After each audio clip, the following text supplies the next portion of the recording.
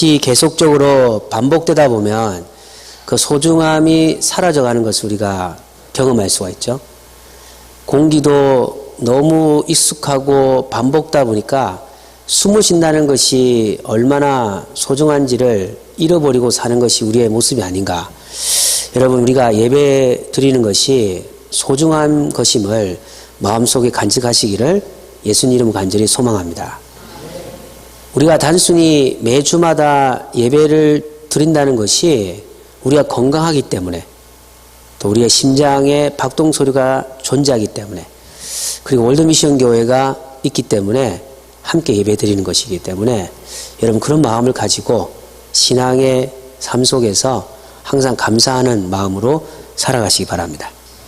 사람들은 누구나 다른 사람들과 교제합니다. 그런데 교제하는 사람들의 마음속에는 다른 사람에 대한 기대감이 존재한다고 믿습니다. 만약 여러분들이 지금 교제하는 사람들 가운데 만남을 지속하면서도 그 사람에 대해서 기대감이 없다면 여러분, 그 만남을 멈추십시오. 왜냐하면 사람은 끝없이 관계 속에서 그 사람에 대한 기대감이 만남을 지속하는 것이지, 사람을 만날 때 전혀 기대감이 없다라고 한다면 그 만남은 분명한 문제점을 안고 있다는 것이죠. 신앙생활도 마찬가지입니다. 여러분은 하나님과 만나면서 하나님에 대한 기대감을 갖고 계십니까?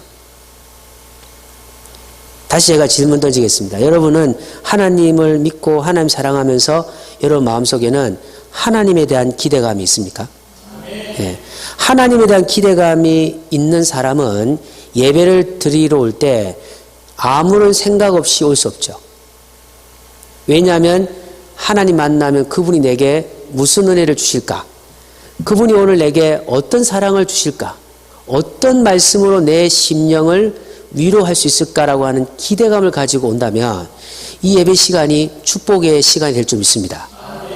그러나 아무런 없이 습관적으로 그냥 몸이 이끈 대로 온다면 아무런 의미가 없는 것이죠. 그래서 우리가 신앙생활을 여러 단어로 표현할 수 있지만 오늘 저는 신앙생활을 한 단어로 설명한다면 저는 만남이라고 말씀드릴 수 있습니다. 따라서 하겠습니다. 만남. 네. 여러분, 이 땅에서 사람들과의 만남도 너무 소중하고 감사하고 또 정말 많은 영향을 받지만 우리가 하나님과의 만남이 아름다워야 된다는 것이죠. 그런데 만남이라고 하는 것은 이 상호적 기대감이 충족돼야 된다. 상호적 만남에 충족이 되지 않으면 그 만남은 사실 의미가 없는 것이죠.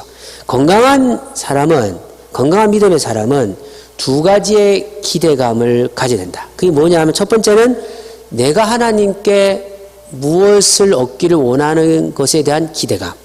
두 번째는 나는 하나님께 어떠한 기대감의 존재가 될 것인가라고 하는 생각. 이 두 가지가 여러분들 믿음의 사람들이 건강하게 하나님을 사랑할 수 있는 두 가지의 마음이라는 거죠. 어떤 마음요? 내가 하나님께 지금 무엇을 원하고 있는가? 두 번째는 하나님이 도대체 나한테 무엇을 기대하고 있는지를 생각하고 그렇게 살려고 노력하는 사람이 바로 만남을 잘 지속하는 사람이다라는 거죠. 본문을 통해서 오늘 저는 하나님이 우리에게 원하시는 기대가 무엇인가? 하나님은 우리를 만나 주시면서 무엇을 원하시는지를 본문을 통해서 함께 살펴보기 원합니다. 에베소서는 사도 바울이 에베소 지역에 있는 그리스도인들에게 믿음의 삶이 무엇인지, 하나님의 뜻이 무엇인지, 우리가 어떻게 살아야 할 것인지를 가르쳐 준 성경이 에베소서입니다. 그 중에서 오늘 하나님이 우리에게 무엇을 원하시는지를 정확하게 설명한 구절이 에베소서 4장 13절입니다. 바울은 믿는 자에게 궁극적으로 원하는 삶은 바로 믿음의 사람이 영적인 높은 단계까지 가기를 원했다는 거죠. 자, 여러분, 우리가 읽지 않았지만 4장 11절을 우리 한번 읽어보겠습니다. 11절 11절, 4장 11절 읽어보겠습니다. 시작.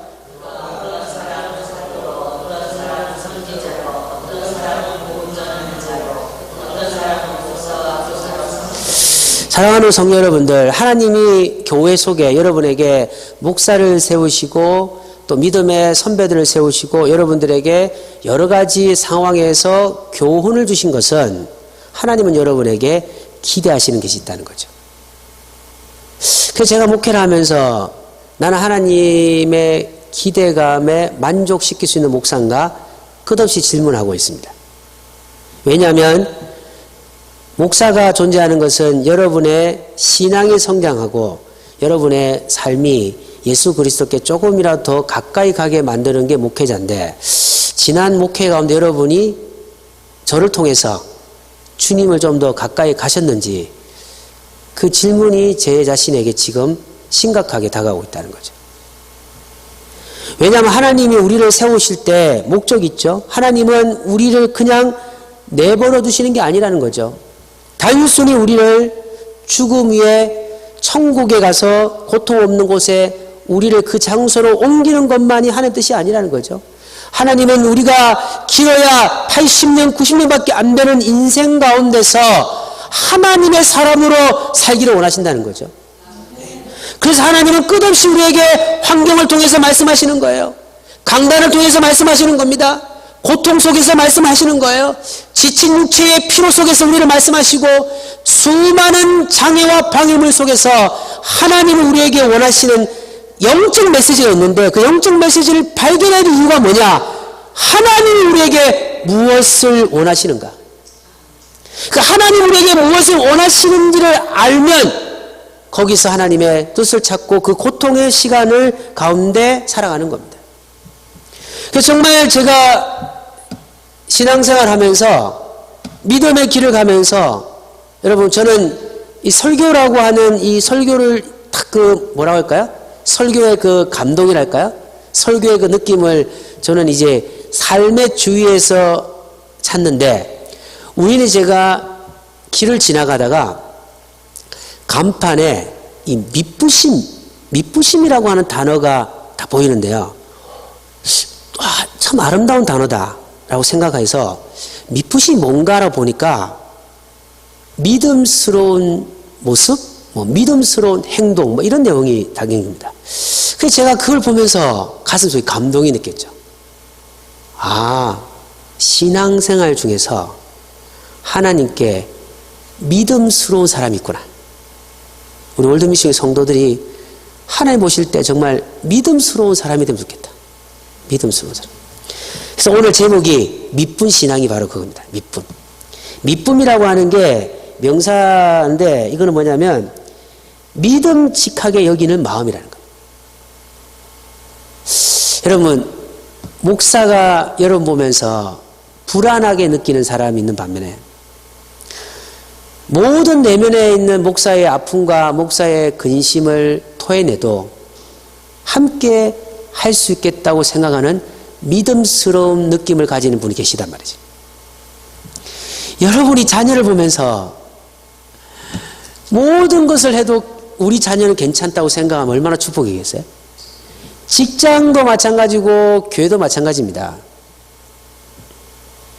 제가 옛날에 그 개척교회에서 전도사 생활할 때 사실 그 교회도 한 30명 정도밖에 안 되는 교회인데, 제가 이제 편입을 해서 일반 대학교를 다닐 때 사역을 했던 교회인데, 그 교회는 일꾼이 없어요.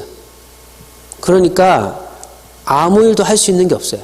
그러니까 이 목사님이 예를 들어서 성탄절 추리부터 시작해서 무슨 일을 하면요, 할 사람이 없어요. 그러니까 저보고 막 근심하는 모습으로 헌선님 뭘 해야 되는데 라고 그냥 말씀을 안 하시는 거예요. 그러면 제가 그걸 딱 캐치해서 하루 종일 집에 노는 사람 한 분이 계셨거든요. 직장 없이 사는 사람. 그럼 제가 거기 가서 맛있는 음식 사주면서 집사님 같이 일합시다 해가지고 추리도 만들고 교회 장식도 하고, 그렇게 해서 목사님 이렇게 했습니다 하며 너무 좋아하시는 거예요. 그럴 때 그 목사님이 마지막에 이제 12월 달에 설교하시는데 딱 갑자기 하는 소리가, 허 전사님은 참 좋은 사람이다 이렇게 말하면서 왜냐? 믿음스럽다 이렇게 말합니다. 믿음스럽다. 그게 제가 능력이 많은 게 아니고요. 그냥 최선을 다해서 목사님 말씀하실 때 그 말씀을 그냥 귀로 흘리지 않고 어떻게 하든 능력 없는 사람이지만 도움이 되지 않을까 생각해서 움직였던 그 삶이 믿음스럽게 보이는 겁니다. 사랑하는 여러분들, 우리 교회는 하나님 보실 때 믿음스러운 교회입니까? 여러분은 하나님이 여러분에게 뭘 맡기시면 그래 우리 누구 집사는 한 번 맡겨도 걱정 없어. 전 여러분이 그런 축복을 받길 바랍니다. 그래서 여러분들 우리가 똑같이 신앙하는데 하나님 보실 때 목사면 불안해. 무슨 집사 불안해. 저 사람 맡길 수가 없어. 하나님 보실 때 그게 아니고 그래 저 사람한테 맡기면 돼. 여러분 그럼 하나님 우리에게 축복하지 않으시겠습니까? 이건 제가 여러분에게만 말씀드리는 게 아니고 저 자신에게 얘기하는 거예요. 저도 하나님이 보실 때 저 허목사한테는 수많은 영혼들을 맡겨도 괜찮아. 그날이 될 때까지 진실하게 목회할 겁니다. 여러분들도 함께 같이 하나님 앞에 오직 하나님 앞에 목사인 저한테 아니고 우리를 창조하신 하나님 앞에 믿음스러운 성도가 되어야 된다. 믿음스러운 성도. 그런데 여러분들 문제는 뭐냐면 이 믿음스럽다라는 게 시간이 지나가면 이루어지는 거라면 별 문제가 없어요. 그러면 한 10년? 교회 생활 한 10년 정도 하면 하나님이 믿음스러워. 그렇다면 벌써 우리는 다 믿음스러운 사람이 되는 겁니다. 집분? 목사가 되면 믿음스러워집니까? 장로가 되면 믿음스러워지십니까? 집사? 권사? 여러분 한국교회를 무너뜨리게 만드는 장본이 누굽니까? 다 집분자들입니다. 왜 그럴까요? 하나님 앞에 믿음스러운 모습이 없기 때문이다. 그러면 결론은 뭐냐면 시간과 직분이 사람을 믿음스럽게 만드는 것이 아니고 그 사람이 어느 영적 단계까지 가야 된다. 13절에 바로 그 얘기를 하고 있는 겁니다. 13절 같이 한번 읽어보겠습니다. 시작.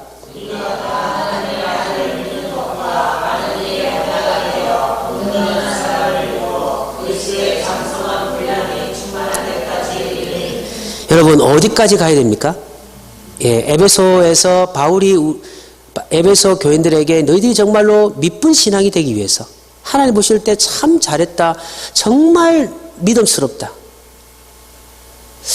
정말 한마디만 하면 반드시 될 거야 할 정도까지 하나님 앞에 신뢰를 주는 우리가 그리스도인이 되기 위해서 우리의 위치가 영적 위치가 어디까지 가야 되냐 말이죠. 13절에 보니까 온전한 사람이라. 성경이 만약에 온전한 사람을 물질로 기준을 잡았다면 성경이 만약에 온전한 사람을 권력의 위치로 잡았다면 성경이 온전한 사람을 외모의 수준으로 봤다면 우리 안에서 우리는 온전한 사람이 될 수도 없겠죠. 그러나 성경은 뭐라고 말합니까? 예수 그리스도를 주라고 고백하는 진실한 믿음을 가진 사람을 온전한 사람이라고 하는 겁니다. 답이 없어요. 하나님이 보실 때 온전한 사람이라고 말씀하시는 거예요. 목회자가 볼 때 온전한 사람이라고 하는 게 아니고 우리를 창조하신 하나님 우리를 보실 때 온전한 사람이라고 평가받을 때까지 끝없이 싸우고 끝없이 포기하지 않고 나가야 되는데 그 비결이 뭐냐면 바로 어디까지 가야 되면 어떻게 살아야 되냐면 바로 여기 13절에 보니까 그리스도의 장성한 분량이 충만할 때까지다. 여기서 장성함이 뭡니까? 장성함이라는 말은 뭐냐면 나이를 의미하는 거죠. 그리고 영적 성숙함을 의미하는 단어인데 지금 여러분 바울이 나이를 얘기할까요? 나이? 여러분 50살 되면 성숙해집니까? 60살이면 성숙해져요? 여러분 60살도 80살도 미성숙자가 얼마나 많은데요. 그런데도 10살밖에 안 되는 아이 중에서도요 성숙한 사람이 있습니다. 아이들 중에. 여러분 성숙이라는 것은 나이가 아닙니다. 성숙은 영적으로 성장하는 겁니다. 영적 성장. 이것은 시간이 흐른다고 되는 게 아니라는 거죠. 영적 성숙이라는 것은 하나님과의 깊은 교제가 있어야 됩니다. 하나님과의 깊은 영적인 의미가 있다는 거예요. 그래서 우리가 믿는 신앙이 되기 위해서, 하나님 볼 때 믿음스러운 믿음의 사람이 되기 위해서는 자연적으로 흐르는 시간 속에서 어떻게 하는지 하나님과 내가 일대를 만날 것인가, 하나님과 영적으로 충만할 것인가, 하나님과 내가 만날 것인가를 고민하고 찾고 나가는 게 중요하다는 것이죠. 그러기 위해서는 여러분들 어떻게 해야 될까요? 어떤 삶을 살아야 될까요? 그냥 그리스도의 장성한 분량까지 가면 좋겠어, 마음 말씀 될까요? 여러분, 영어를 통해서 외국 사람과 대화하고 싶다라고 하는 걸 하루 종일 꿈만 가지고 되는 게 아니고요. 그러기 위해서는 실제 단어 하나를 배우고 발음 공부를 하고 그렇게 해야만이 말할 수 있는 것처럼, 건강을 회복하기 위해서는 운동을 시작해야 되는 것처럼, 우리가 그리스도의 장성한 분량까지 가서 궁극적으로 하나님 원하시는 온전한 사람이 되기 위해서는 우리가 해야 될 삶의 모습이 무엇일까요? 13절에 보면 따라서 하겠습니다. 우리가 다 하나님의 아들을 믿는 것과 아는 일에 하나가 되어, 바로 이것입니다. 믿는 것과 아는 것이 일치대로로 가는 것이란 말이죠. 몰라서 여러분들 믿지 못하는 사람이 있습니까? 여러분, 얼마나 많이 들어야 여러분이 변하시겠어요? 여러분, 얼마나 많이 들어야 우리가 안다고 말할 수 있습니까? 이미 여러분 지금까지 엄청난 하나님의 말씀을 들었는데 왜 우리의 삶은 영적으로 충만하지 못할까요? 그 이유는 하나됨이 없기 때문이다. 지식과 행동이 일치되어야 된다는 것이죠. 그래서 우리가 두 가지 질문을 던져야 돼요. 두 가지 질문. 여러분 심각하게 던지셔야 됩니다. 여러분, 그냥 나는 교회 다니는 사람이다 이렇게 생각하지 마시고 오늘 말씀을 해서 두 가지 딱 질문을 던지세요. 따라서 하겠습니다. 첫 번째, 나는 무엇을 믿는 것인가? 여러분이 믿는 것을 고민하셔야 됩니다. 여러분이 정말로 제대로 믿고 있는가라는 거죠. 제가 뭐라고 말합니까? 여러분이 믿는 예수가 성경 속에 있는 예수인가? 여러분의 예수 그리스도가 선지자와 사도들이 목숨을 다해서 전파했던 복음만의 예수인지를 생각하셔야 된다는 거죠. 그냥 지식 속의 예수, 너무 익숙하잖아요. 그래서 사람들이 뭐라고 합니까? 20년, 30년 친구였던 사람이 여러분 어떤 문제가 생길 때 뭐라고 말해요? 나는 몰랐다 이렇게 말해요. 나는 30년 동안에 모르는 친구하고 교제했다고 그렇게 말하잖아요. 여러분, 우리가 주님 앞에 있을 때 예수님 우리에게 누구야? 넌 나를 몰랐어. 네가 믿는 예수는 내가 아니었어.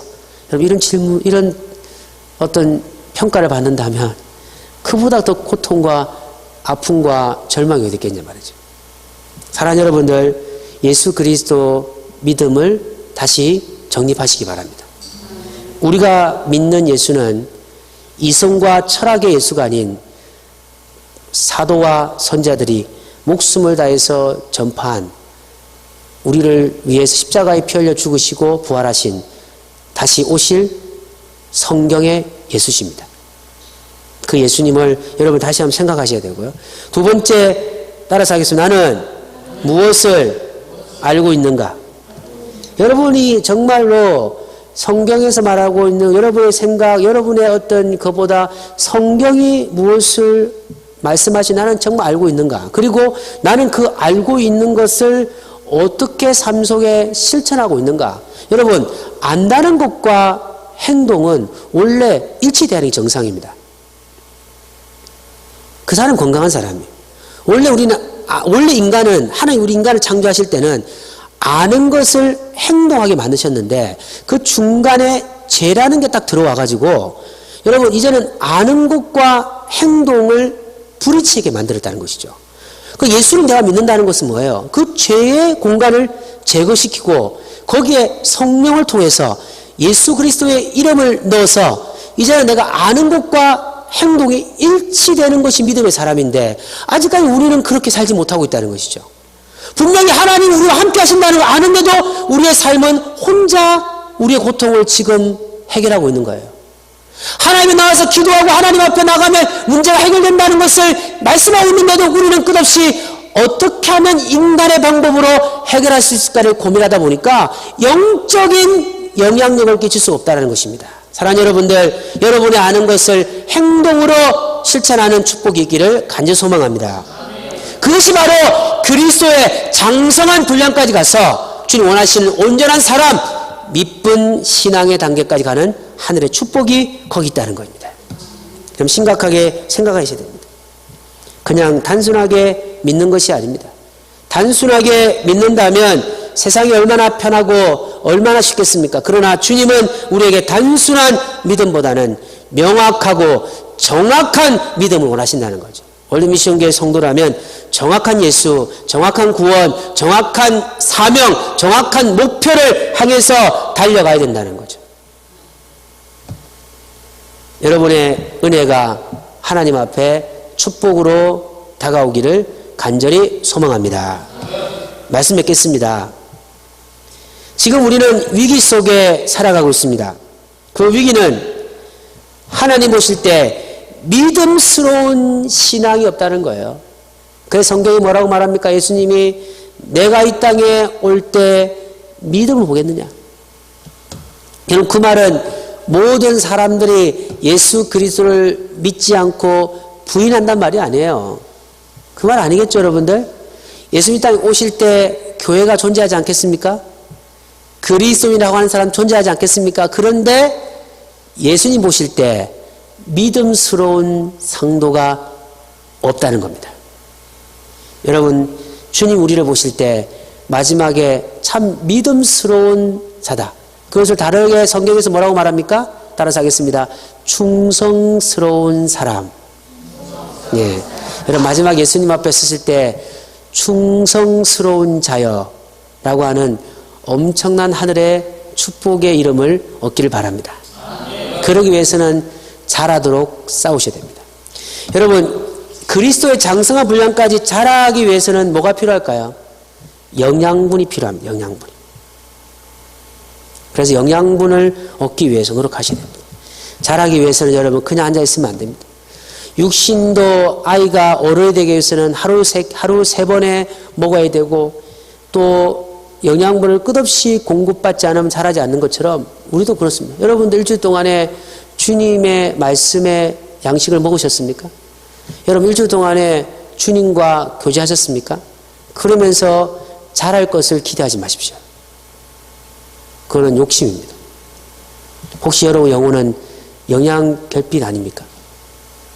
여러분의 영혼은 지금 병들어 있지 않습니까? 오늘 다시 회복해서 주여 믿은 신앙이 되기 위해서 그리스도의 장성까지 자랄 수 있도록 제게 성령의 은혜를 허락하여 주십시오. 믿는 것과 아는 것이 하나 되기 위해서 어떻게 될까요? 오늘 두 가지 구절만 찾고 이제 말씀 맺겠습니다. 고린도 후서 6장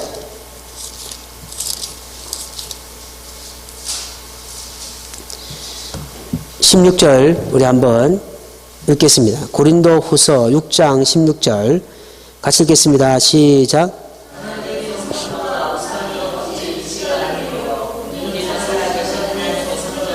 이와 같이 하나님께서 이르시되 내가 그들 가운데 거하며 두루 행하여 나는 그들의 하나님이 되고 그들은 나의 백성이 되리. 사랑하는 여러분들, 살아계신 하나님의 성전후의 삶을 살아가시기 바랍니다. 똑같은 얘기예요. 믿음스러운 사람, 온전한 자, 또 충성된 자, 또 오늘 하나님의 살아계신 성전으로 살아가시기 바랍니다. 여러분의 성전에 혹시 우상이 가득 차지 않습니까? 여러분의 성전에 지금 더러운 쓰레기들이 가득 차 있지 않습니까? 세상의 근심, 걱정, 미움, 분노, 좌절의 모든 것들이 찌꺼기 있으면 그 성전에서 어떻게 하나님의 앞에 예배드릴 수 있습니까? 오늘 성령의 여러분 안에 있는 성전에 있는 더러운 것들을 제거하고 하나님 영으로 충만하시기를 간절히 소망합니다. 근데 그 은혜를 받기 위해서는 우리 안에 주여 믿분 신앙을 회복시켜 주십시오. 하나님 보실 때 믿음스러운 사람이 되기 위해서는 살아계신 성전이 되기 위하여 치열하게 싸우셔야 됩니다. 여러분 하루에 꼭 한 번씩은 청소하세요.